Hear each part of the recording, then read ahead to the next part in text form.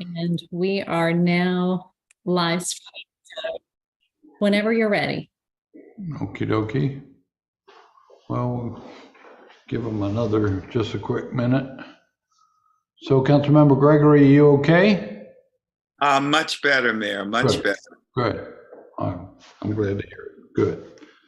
So I'd like to call our Budget Advisory Committee meeting to order and ask you to join me for just a brief moment of silence, and let's reflect upon those who both ran for office and for those who got elected, and ask for God's blessings on them as they serve our citizens across this country.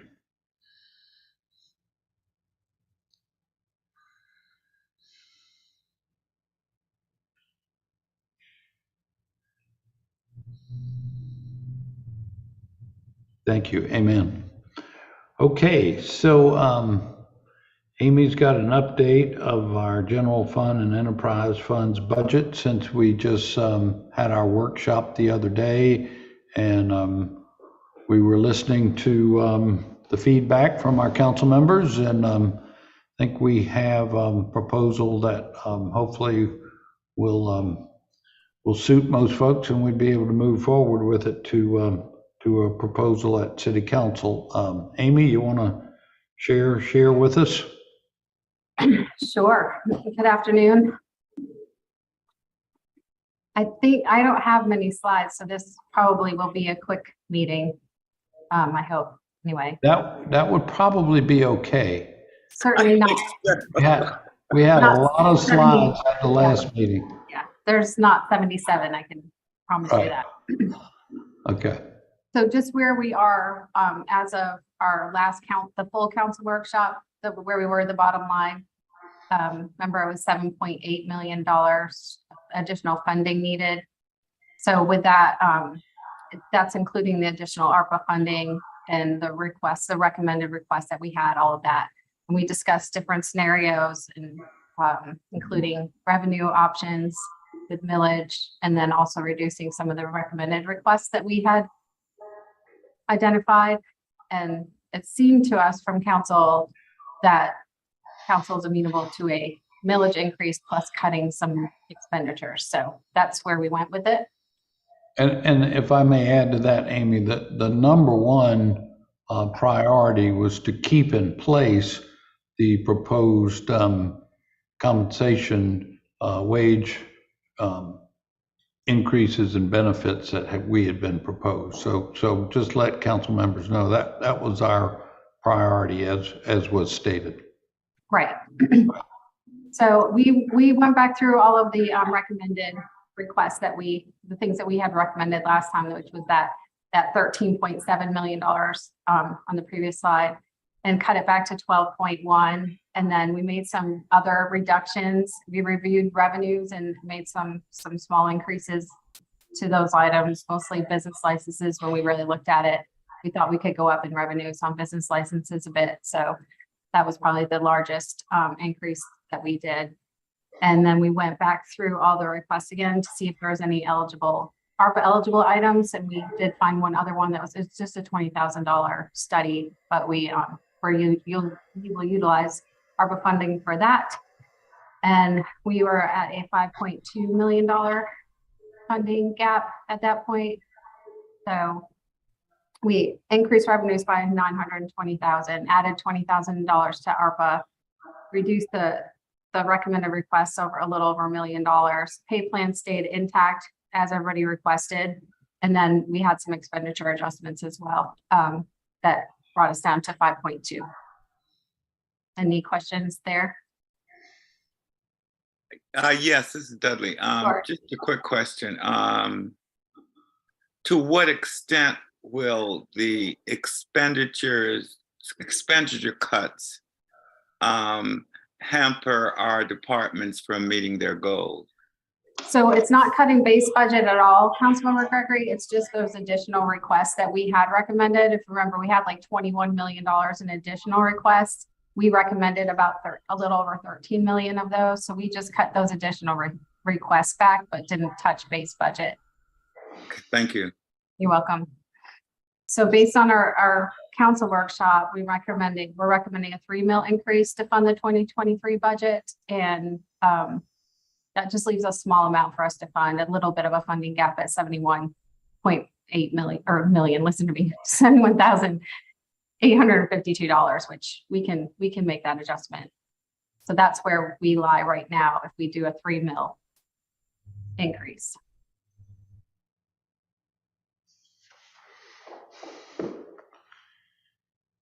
Any questions there?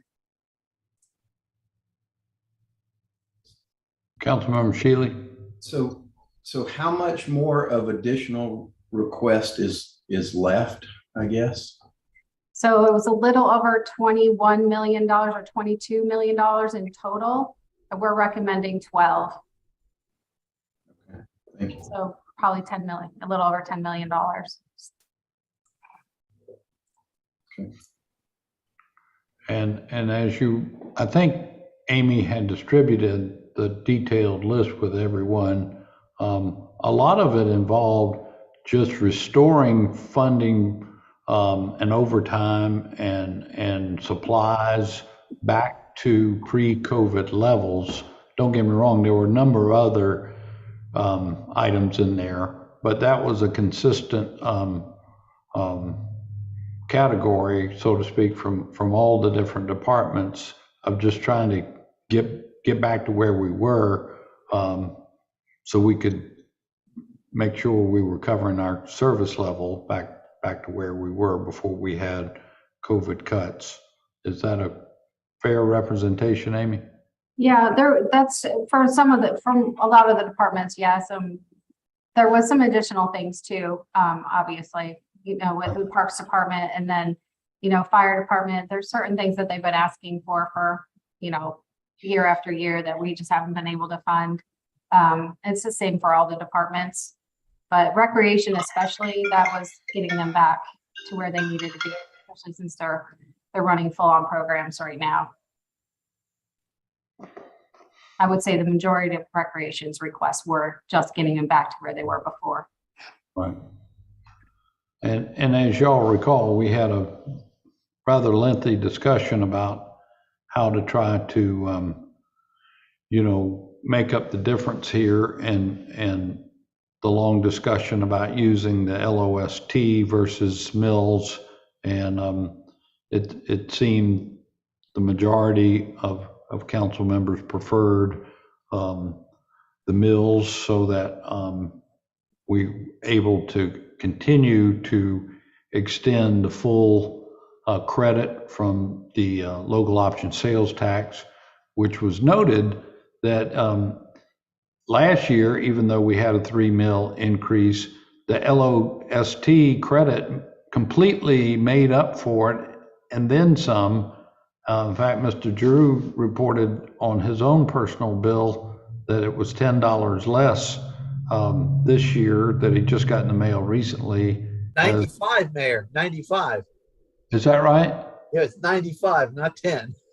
Oh, but that's after accounting for the 3 mills, right? Yeah. Mm-hmm. And so it seems like a hidden tax decrease to me, but anyway, that was the preference of most of us, and so that's what we've come back to you with. I think Councilmember Waring and Gregory initially indicated that even if we needed to do more millage to cover the delta, that they were willing to do that, but we felt it was prudent to go back through the list of things and just scrutinize it one more time, reduce where we could, so that the millage increase would hopefully again be comparable to the LOST credit. It gets complicated, but that's our hope for next year as well. So I will say that, we always have at least $21 or $20 million in additional requests from the departments, but I will say this year, their requests were very, very thoughtful. and what they need.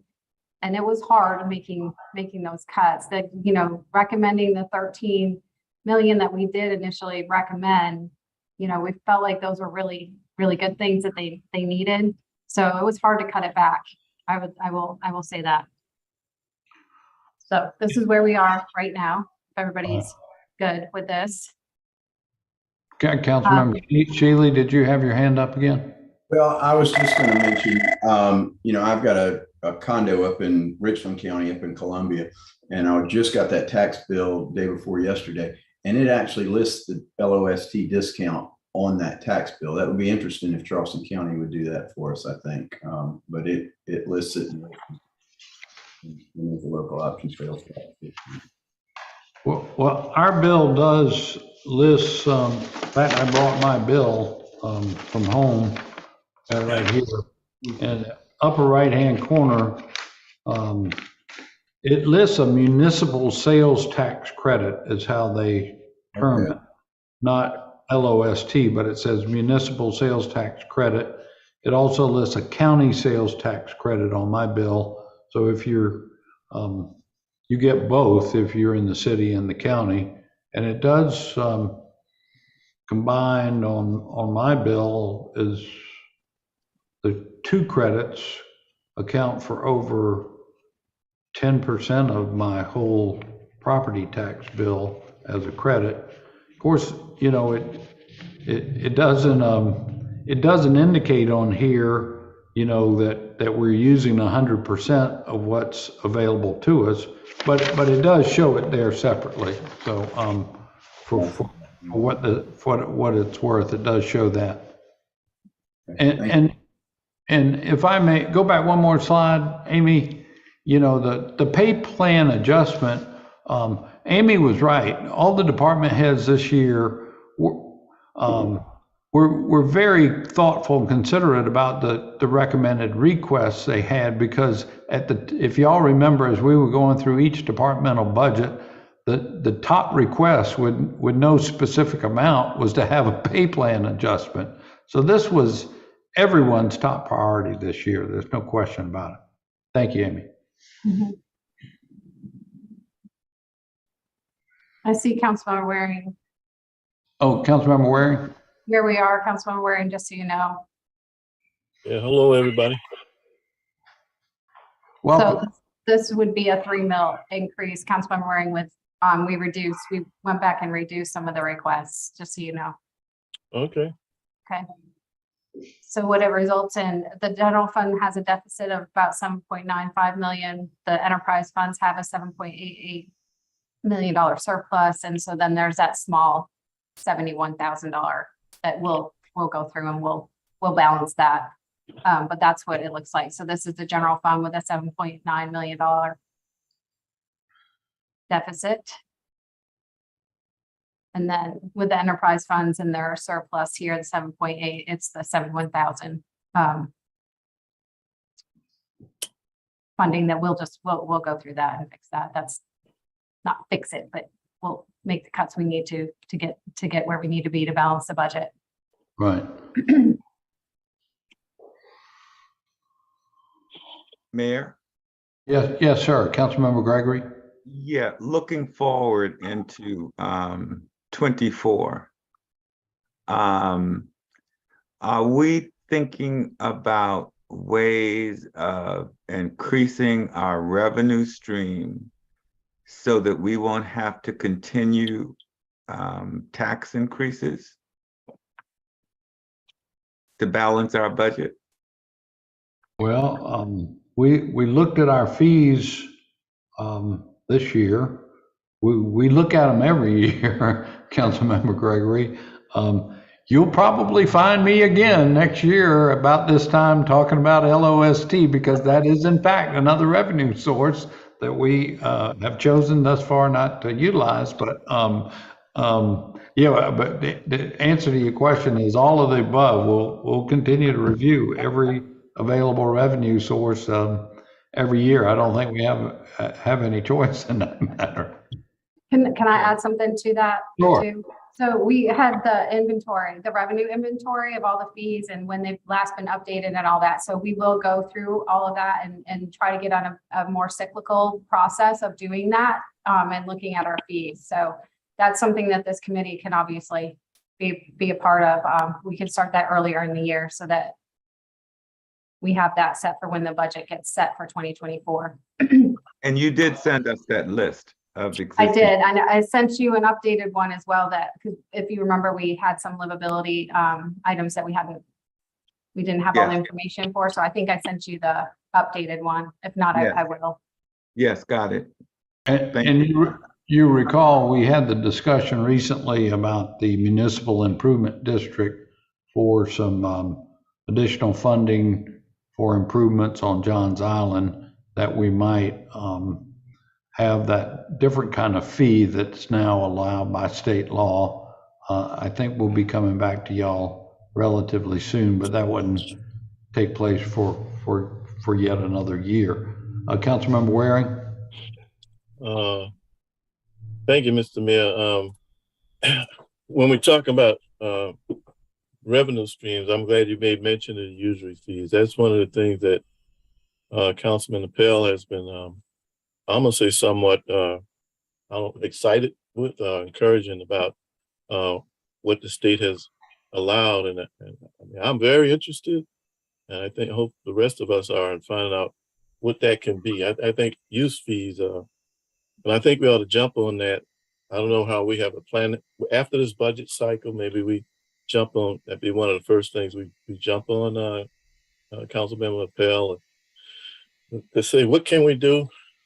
Because think about it, the better part of 20 years ago, LOST revenue was a new stream of revenue, a whole body of revenue that was created by the state of South Carolina. I look at these use fees as potentially being in that type category.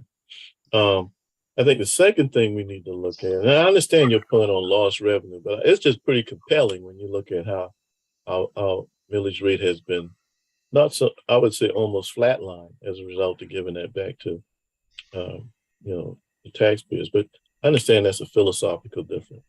But then I do think we have to sharpen our pencils, and I'm the town cry on this one. But when we look at the chart that Amy did last week, showing the millage rate for North Charleston, Mount Pleasant, City of Charleston, St. Andrews PSD, and James Island PSD, was quite revealing, man. I looked at that later on. That was just awesome work, Amy. But when you look at 93.8 mills that the PSD had, versus our net millage of 61.8 or whatever, 61.7. 60.8, I think. 60.8. I mean, their millage is over 50% higher than our millage.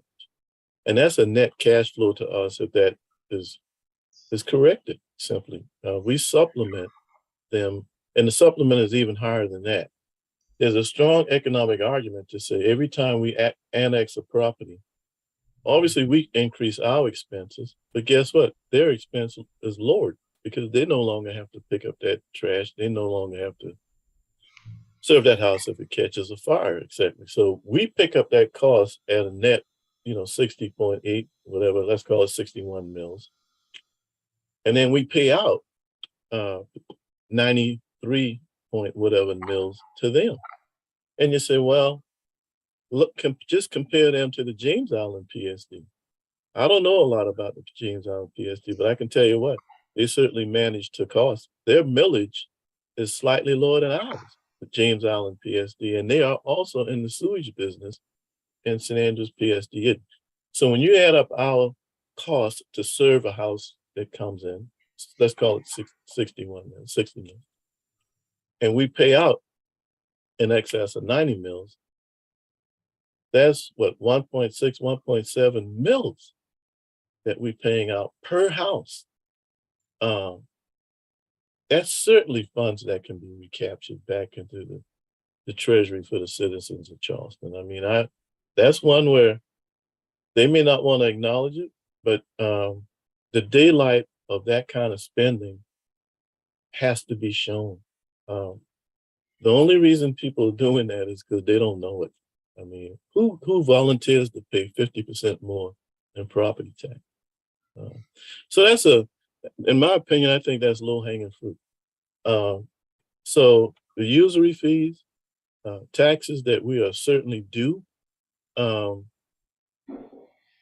then you take the normal appreciation. I won't say normal, but we're blessed with a growing city that has a growing tax base. A lot of the development that's coming online. By the way, Amy, what is the additional taxes from properties that have come online? I say year over year. Is that what's the I have to revenue? get that for you, Councilmember Waring, because we just get the full assessment value, so I wouldn't be able to tell you like, you know, new development versus house sales kind of thing, but I can tell you the increase in the values. But if you were to average that out year over year, it's about what, 6 to 8 million per year has been in the last 4 or 5 years. Mhm. Right. So see, is that reflected anywhere? So that has been yet to be reflected in this budget? It is. Oh, it is? Mhm. Okay. But still, I think you can see, I mean, look at some of the development going on along Morrison Drive. And, you know, when those properties come online, that's going to be additional revenue to the city. So again, our funding formula needs to be tweaked, but we certainly need to embrace that additional body of law with the user fees. And whatever's going to happen with Union Pier, we don't need to be on the tail end of that. We need to be on the front end of that to see if are there any possible revenues to be generated with the Union Pier property. Most cities don't have the ability to redevelop 70 some odd acres right in the heart of the historic district. Fortunately, this city does. Thank you. Right. Councilmember Appel. Thank you, Mr. Mayor. Councilman Waring invoked the magic words and he's got me all riled up in my office. So I gotta talk about user fees now. I will say there's sort of two ways to look at this new law, Act 236, and what it means for Charleston. The first implication I would say is it gives us more flexibility in setting our current user fees. So everything we've currently got that we charge folks for that are called user fees, we can tweak those dials a little bit more in terms of increasing fees without being under the same sort of straitjackets that we were under from a statutory standpoint originally. So we've got some more room to kind of bump those numbers up because we don't have to show a direct one-to-one dollar benefit, individualized benefit between the payor and the value received. That's stage one. And I think we're doing that. And that's that updated fee list that Amy circulated. The other aspect of this fee legislation is we can invent new fees out of thin air and get very creative with it. This is where we start talking about things like the Johns Island infrastructure improvement fee. We draw a circle around Johns Island, we put a $20 fee on everybody's, property tax bill, set up a fund, and we start doing all kinds of great stuff on Johns Island. That's just one example. We could have a West Ashley beautification fee. We could have, there's all kinds of creativity that comes into play. We've done a great job on phase one, increasing our current fees or just evaluating our current fees, but it's that phase two that's the true opportunity here. And that is something that is going to take a lot of time, energy, effort. I almost think we need to set up like an ad hoc committee of sorts to just brainstorm and come up with some ideas, maybe after the new year, to really think about ways that we can use this new authority that we have in a fair and reasonable way to offset some of the property tax pressure that we've been feeling here every year, certainly that I've been on council. So just wanted to mention that. I think it's a real opportunity. Couldn't agree more with Councilman Waring. There's a real opportunity here for us to diversify our revenue streams in a manner that really is unprecedented in South Carolina over the last 30 years or so. I still think Act 236 is the most significant expansion of local home rule authority in terms of revenue generation in decades. And I just really think it's a real opportunity for us. Not for this budget. I think we gotta do what we can under the current framework, but certainly for next year. I think, if we play our cards right, there may be an opportunity for us to avoid having to have another village conversation, or maybe even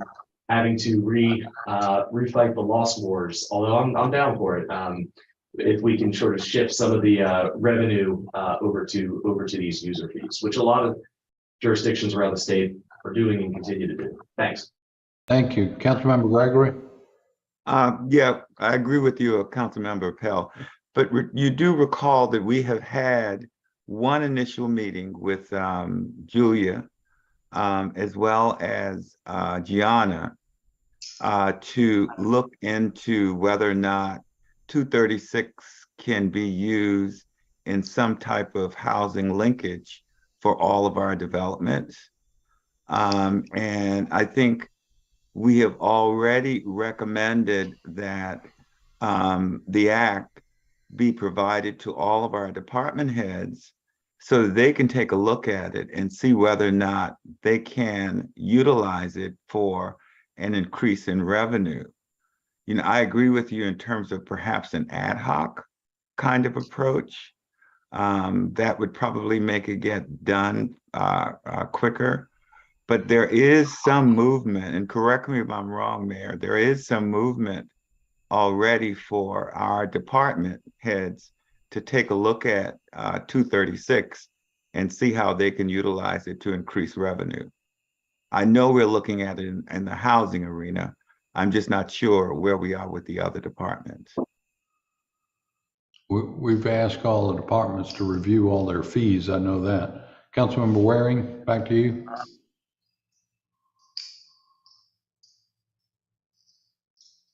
Oh, you're on mute, sir.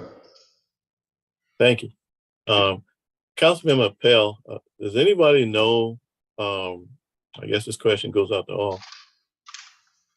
This isn't the first state I'm hoping that's done that. Some other states that maybe have already crossed this path passing legislation similar to 236. Can we glean anything from somebody who's already, some other states and cities that's already doing this that can help give, looks like it'll be an ad hoc committee, a jump start on this? It would be good if we can kind of try to find out that kind of information between now and the turn of the year so we can maybe hit the ground running. So that's what I was thinking. I said, it might be a wheel out there already that somebody's doing that we can get one or two good ideas from. Councilmember Waring, we can reach out to some of our counterparts too and see how they're looking at the bill as well. If they have any in the state of South Carolina, some of the larger cities, we can do that.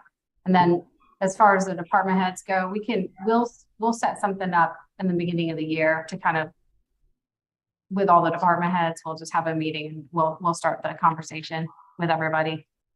Okay, great. We can ask a municipal and the county associations as well. Yeah, that'd be good.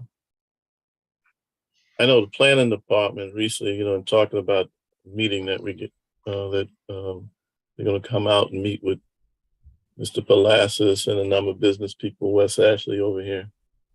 And one of the things they made mention of was a concierge service on I guess, certain type developments. I mean, that may be an opportunity, Councilmember Pell, for, I guess, expedited services or something like that. I don't know.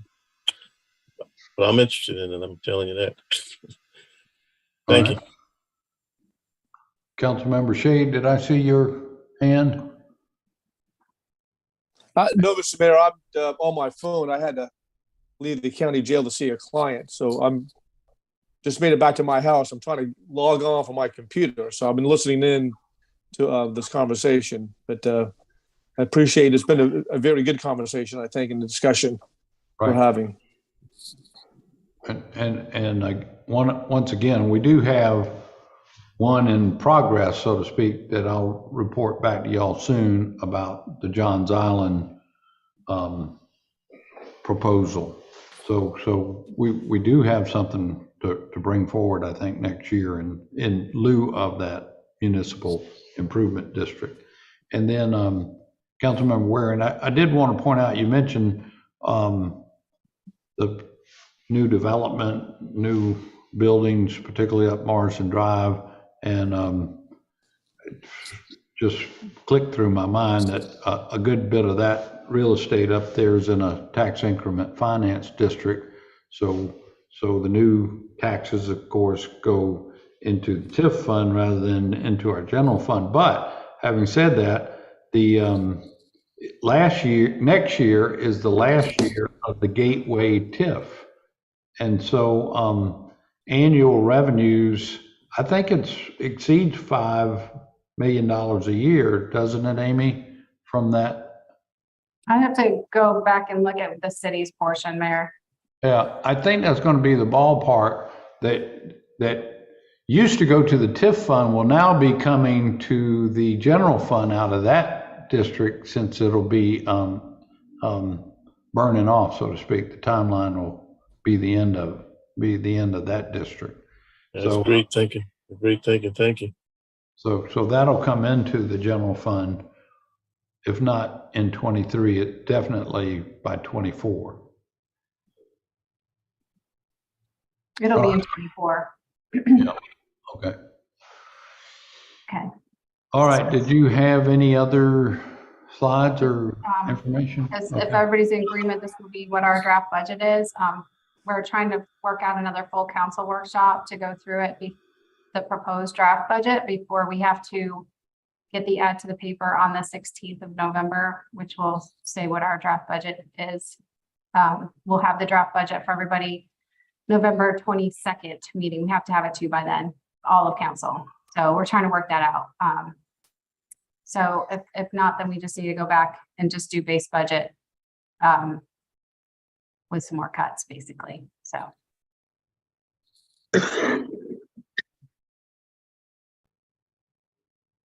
So Amy, I think the last meeting we left was 5 to do it without loss was 5 mils. So now we're down to 3 mils.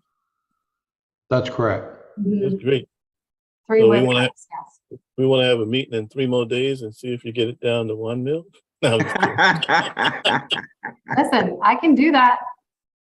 We can do base budget. No, I'm good. I'm good. I It'll hurt. just, yeah, we don't need any more pain. I agree. So without objection, other than the $71,000 that Amy needs to find some adjustments for, we'll bring this proposed budget to council for y'all's formal consideration. And I just want to thank everybody. I know y'all put a lot of time into these meetings, and Amy's and her staff time is crazy, it's incredible. But I do believe it's more transparent and an improved process to what the city was doing before, where kind of at the 11th hour, we'd unload a fully crafted budget to council. This process, a little tedious, a little time consuming, allows for input and transparency, and everybody be able to kind of know what's coming rather than getting clobbered, so to speak, at the end with a big stack of information and numbers. So I want to thank everybody's participation and being a part of it. I note that everybody, this is not a required meeting, and everybody makes a point to come and attend and participate. And I think it's very helpful for this public process. So for what it's worth, thank you, everybody. Mr. Mayor? Councilmember Gregory, and then Parker. Yeah, and Mr. Mayor, you will be bringing forward your recommendations for any bonuses that you might contemplate for your staff? Yes, we have one other item of business here on the agenda, and that's to go into an executive session. I wanted to garner y'all's advice on that as well. Okay, thank you. Councilmember Parker? Yes, thank you, Mr. Mayor. Can you hear me? I can, yes, ma'am. Okay, just for full, so we're not going to have a workshop before this comes, Amy, I apologize. We're not having a workshop again until this comes to council on the 22nd, or we are? I'm going to try to schedule one, yes, but there is Okay. not one scheduled right now. Okay, but you're hoping to have a workshop before it goes to the paper? I'm hoping to, yes. Hoping. Okay. I can ask my questions then, or I can ask them now. I mean, I'm not on this committee, so. Amy, we're, you know, just for clarification, we're under statutory requirements with respect to the budgetary process and when we have to have it complete. Am I correct? That's right. And so we don't always do another workshop. I was just going to do another workshop if we could. So we have to get the draft budgets to all of council by the 22nd of November, which is the week of Thanksgiving, that Tuesday, because it has to be 2 weeks before the first reading of the budget. We have to send the advertisement to the paper, which talks about millage, you know, the revenues, expenses, the Thursday before that meeting. So that's the 16th. So that's what the deadlines are. So that's got to go out in the agenda, and this Friday is a holiday. So Councilmember Parker, I respectfully ask if you've got a question, now would be a good time as any, if you got anything particular to ask about it. Okay, sure. Thank you.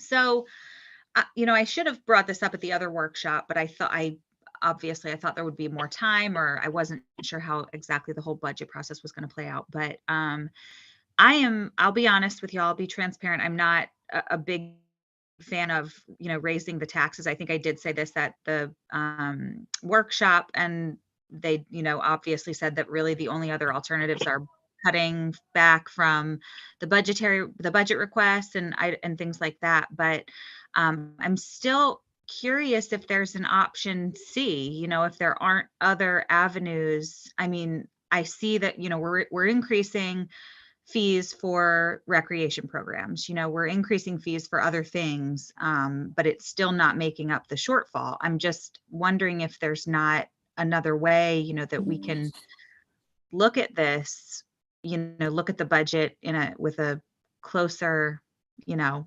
microscope and not have to do this year since we did it last year. And I understand the mills but that's my big question. My second question is just that, or that wasn't really a question, that was a statement. But my second question would just be that, you know, yes, I was obviously, I mean, I want to see a pay increase. We know that we have to do this. I'm a big proponent of this. But I'm also wondering, and I asked this at the last meeting, you know, what does it look like if we focused on the pay increases for the areas that we are, you know, we don't have this, that we have the biggest staffing issues in. And I understand that, well, maybe you can explain it again, Amy, that these, we can't have a pay increase because of X, or I just, can we focus pay increases on the areas where we see the most need? So you're suggesting not doing a pay increase for the city as a whole, but only do those positions that we're having trouble hiring. Is that right? Yes. I mean, similar to, like, you know, we would like to have a pay study done. We're not going to get that done for this budget season, but what would it look like if we increased the pay in areas where we needed to, and to fill those vacancies? You know, how does that work? So you would have to do some sort of pay study to look at those positions in order to see what they would need to be paid at. We could just do those positions. Of course we could, but then you're just going to cause problems in other areas.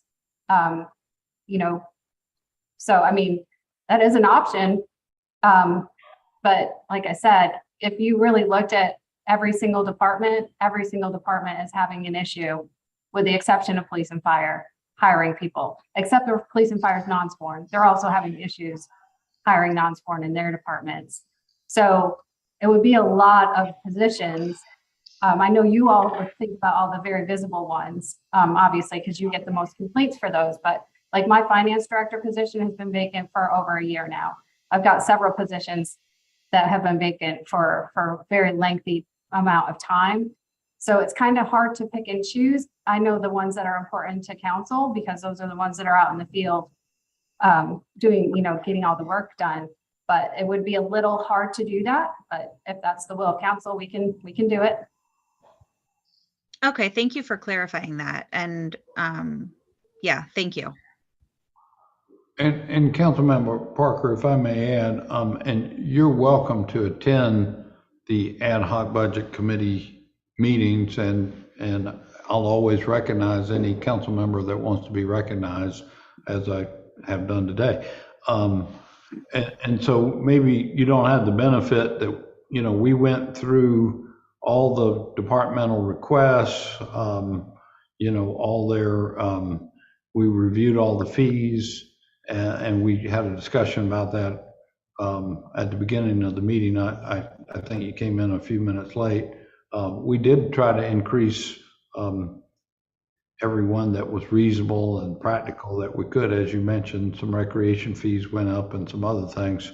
But we do to get to this point after some months of scrutiny, where we just got to balance the budget. If you go through it yourself and have any fees that you want to propose or any cuts that you want to propose, the floor will be open for you to do that. Yes, ma'am. I think Councilmember Shealy has his hand up. Oh, okay. Councilmember Shealy? Well, thank you, Mr. Mayor. Appreciate it. I know last meeting, we brought this up during recreation and brought it up during parks. I just want to make sure, I'm an appointed member of the Friends of the Muni Board, but I just want to make sure that that's still in consideration as far as the restrooms, for the Muni golf course. Yeah, and that's a different budget. That's going to be our capital projects, a capital project budget. Okay. Jason has gotten some ballpark pricing on some units, and I just asked Liz to schedule for me to come talk to the Friends at y'all's next meeting or soon, because I do want to just make a little proposal to the Friends about that and what other future improvements they're considering. But yeah, absolutely, we got that on that capital project side. Okay, thank you. Yes, sir. Councilmember Shade? Thank you, Mayor. And I'm finally got to a real computer, so I can see the screen a whole lot better and hear you all a whole lot better as well. Oh, good. But the last comment that you just made, Mayor, about going to the Friends, I think you also need to come to the Golf Commission to discuss those other options besides just the Friends of the Muni. Those folks there's a lot of crossover on that. Both Councilmember Parker and I serve on that commission. They provide some really good insight and suggestions on the improvements where we're going, and they get a good full report of the revenue stream and expenses associated with operating the golf course. So I would just encourage you, if you're planning on coming to the Friends board, that maybe we do a joint meeting to sort of save everybody a whole lot of time. But I would encourage you to also come to the golf commission. I'd be glad to come. Give me a heads up if you would, the next meeting. I will do that. It's quite interesting, that meeting, because of the how we operate, but they do a really good job, and appreciate all of the work that those commission members contribute. Right. Councilmember Parker, did you want to be recognized again, or maybe you didn't put your hand down? I would, if that's okay. Yes, ma'am. If it's okay with the committee, I'm either going to ask it now or ask council. So, again, thank you, Amy. And I understand the importance of everybody's position. It's valuable, but the thing that I'm most concerned with is the pay increase going to solve the problem? Is it going to solve our staffing issue?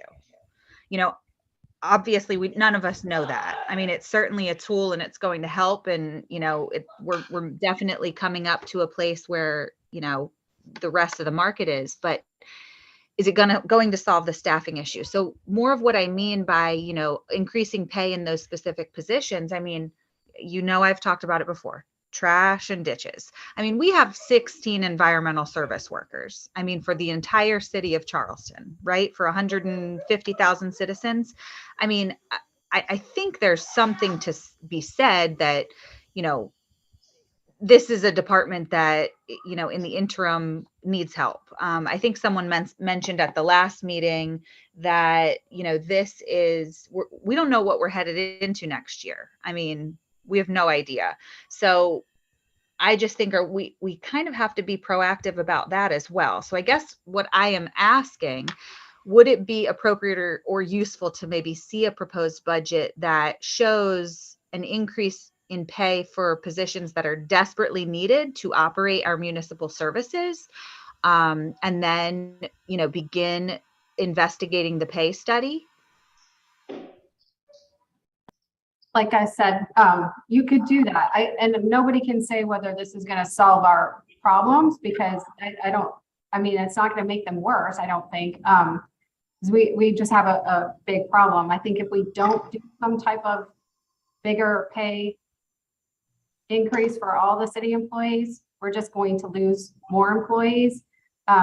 We could do what you're suggesting, but you're kind of jeopardizing the rest of the city staff who, you know, that I think would exacerbate our problems in terms of not having enough staffing to get our city services done. And I understand what you're saying. That's why we're hoping that this bigger pay plan change will get us more to where we need to be citywide in comparison to all of our counterparts, and then have this compensation study done so it can look at all the pay grades and make sure that everybody's appropriately graded. But you're right. I mean, I don't know that we won't still have some issues in some grades with some of the positions, but if this goes through, then we can at least look at those positions that are hardest to fill that you're talking about, see where we are compared to other places around us. And if we are competitive, if we're not, we can make those adjustments. But this would be the first start in getting that done, if that makes sense. Thank you. Councilmember Appel? You're on mute. Mr. Mayor, Councilmember Parker, the questions that you're asking right now are the same questions that I and many others were asking back in 2020 and 2021 when we first got on the council. They're great questions and sort of the shorthand understanding that I've been working with ever since. And please, more experienced council members and Amy, jump all over me if I'm wrong here, is that when you're talking about pay increases to the staff, the police and fire department are so enormous relative to everybody else that if you want to fund a pay increase for the first responders, you're just talking about a relatively de minimis amount once you start going into the other departments, because they're just so small relative to the size of police and fire. Then you throw public service, if you want to throw public service into police and fire and say that those are the, I don't want to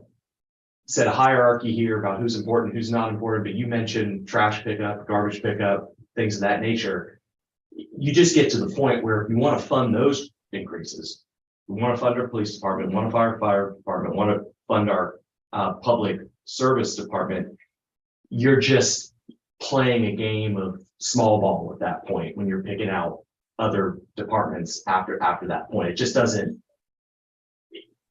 it's not going to prevent a tax increase, in other words. So that's sort of a shorthand that I came to when it comes to this. I think we've got to fund all of our city staff, first responders, public service, and everybody else. Vacancies are a product of pay. I don't think you need to hire a consultant or get an expert involved to tell you that. And, you know, the last time we all got on a budget ad hoc call, we were talking about a 5 mil increase. We're now down to a proposed 3 mil increase, which is a very minimal property tax increase for 4% primary residences. You're talking tens of dollars for the vast majority of people. So we're not talking about some sort of like crushing property tax increase for anybody. Nobody wants to raise property taxes, but it's a small price to pay to fund our police department, fire department, public service folks, and everybody else in the city, so we can provide the level and quality of services that our constituents demand and deserve. Thank you, Councilmember Shade, and then Ware. Thank you, Mr. Mayor. The next meeting of the Municipal Golf Course Commission is December 15th. It's when? December 15, 1-5. Okay. I'll send you a reminder on by text as well. And Okay. I just wanted to respond to Councilmember Parker's question, which is a very good question, Councilmember Parker, and a very good point that you bringing up. And I just want to coattail a little bit what Councilmember Pell has just mentioned. We have gone through this exercise before to some extent. The one thing that I think we have to be very careful with is that and we have this tendency of dividing our employees into sworn and unsworn categories. And we've made some adjustments to the sworn as opposed to the unsworn, the non-sworn employees. But you've got there's an equity issue on this as well. And I think Councilmember Gregory brought this up and was talking about merit increases, and now we talked about bonuses as well. But you've got to treat the city employees and all employees sort of out of the same spoon analogy, that you treat people and you treat employees and make sure that you're coming in across the board and not categorizing one department as being more important or needing more attention than another department. All important. Everything we do in the city of Charleston, the services that we provide, to Councilmember Pell's point, are basic services that we provide to our community and to our citizens. And while other agencies and organizations and corporations are feeling the same kind of pinch that we are with this issue of having enough bodies to do our job, our situation is just a little bit more unique because folks are able to go into the private sector, leave public service. They have different benefits and different motivations as to what's out available to them. So good point, good question to ask and bring up. I appreciate the discussion on that, but I think it's a very important thing that we make sure that we're treating all of our employees as equally as we possibly can, and making sure that we're not singling out one department over another. Thanks. Thank you, sir. Councilmember Waring. Thank you, Mr. Mayor. Again, I sign on with my other colleagues, Councilman Parker. We were there with you when we first came on with some of those similar questions. But Councilmember Pell and Jade is correct. But I think one thing that could illustrate this, we had Amy, how much millage increase did we have last year? It was 3 mils. It was 3 mils. Mm-hmm. And after the lost revenue went back, those citizens paid more taxes in 22 or less than they paid in property taxes in 21? They paid less. Okay, so we had a tax increase last year, Councilor Parker, of 3 mils. And then we came back and gave the lost revenue, which gave a credit. And all the citizens in the city of Charleston paid less in property taxes in 22 than they did in 2021. And the probability is, no guarantee, but the probability is with this 3 mil property tax increase and the lost revenue going back as contemplated, they probably will pay less in taxes in 23 as they did in 22, maybe even 21. That's a pretty good system. But one thing that illustrates it the best, Amy, if you what is the total amount we collected in property taxes, let's say last year? Oh gosh. Well, it was like 90 something million. And what does it cost to for police and fire? It's police and fire is usually around 101% of our property taxes, or Okay. more than that, All up right, to so 106%. And that's my point. In other words, if you took all the property taxes collected across the entire city of Charleston, it would not be enough to pay just for police and fire. And then you go and put sanitation on top of that. So it is the diverse stream of revenue that the city gets that enable these services to be delivered. I was shocked when I found out, when I first came on council and I found out that, you mean all the property taxes that we all pay into the city of Charleston doesn't pay for the police and fire? I would bet to say that 90 in the high 90 percentile and all the citizens in Charleston don't know this. So it is, again, the diverse stream of revenue, parking revenue, business license revenue, the enterprise areas, obviously accommodation taxes, H-tax, A-tax, and coupled with, and the fees that as a confluence comes together to pay for, literally pay for the run of the city. But I want to share one other thing. We have a very new recruit, and I'm going to do like Dragnet. I'm going to try to protect the names, protect the innocent. A very, very good employee that works in one of our service areas. I'm going to just say sanitation or stormwater, obviously needed areas.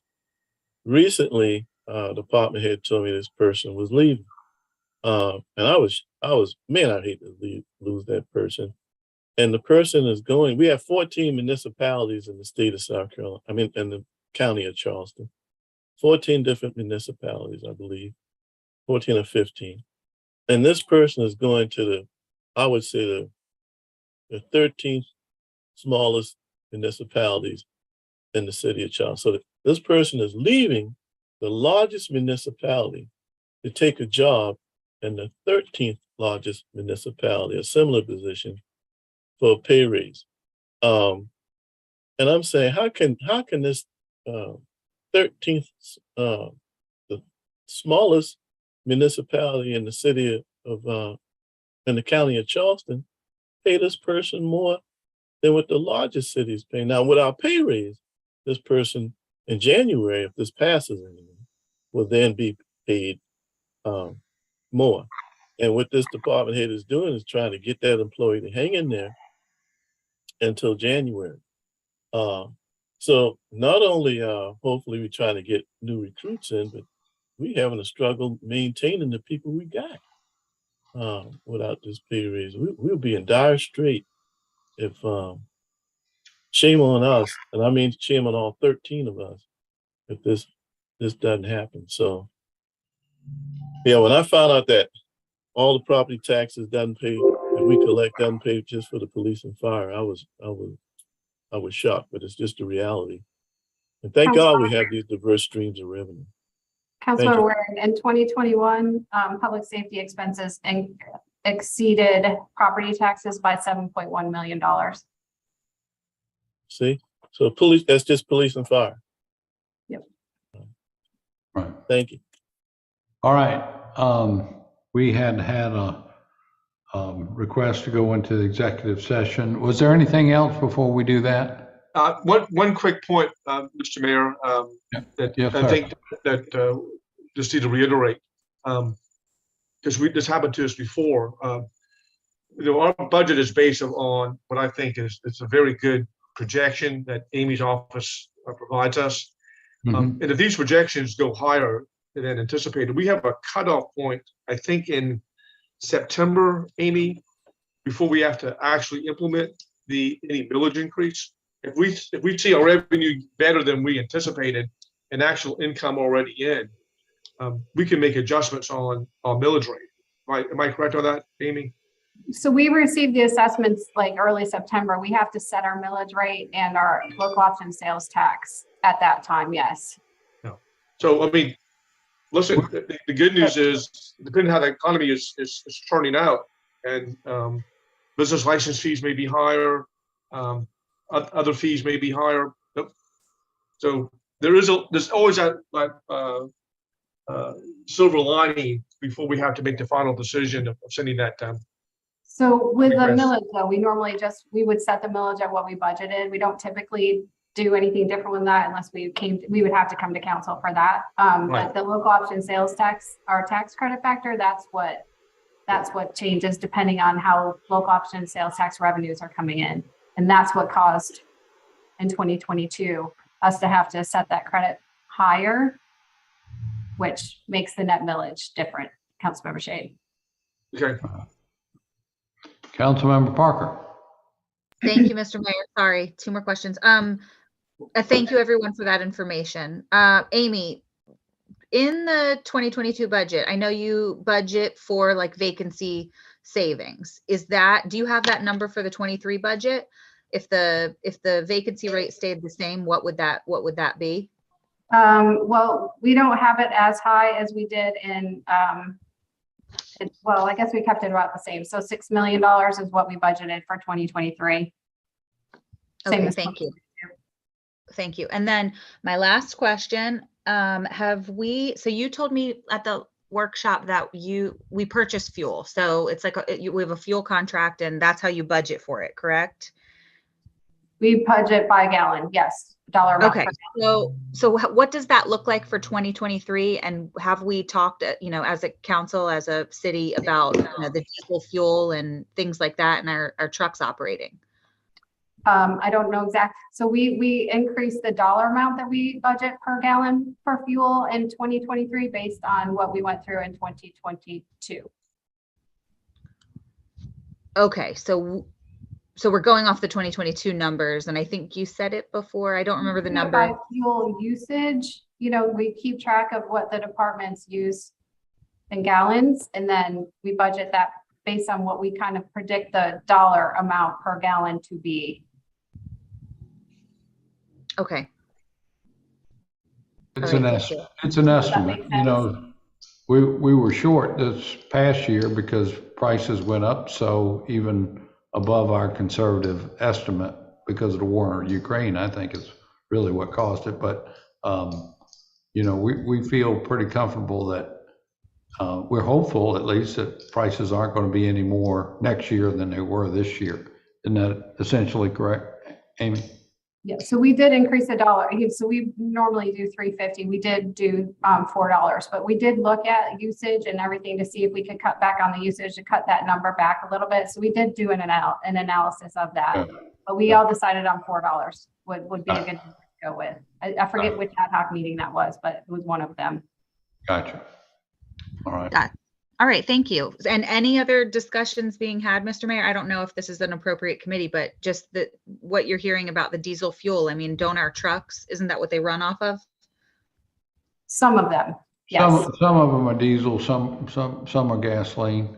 Yes, ma'am. Okay, thanks. Councilmember Gregory?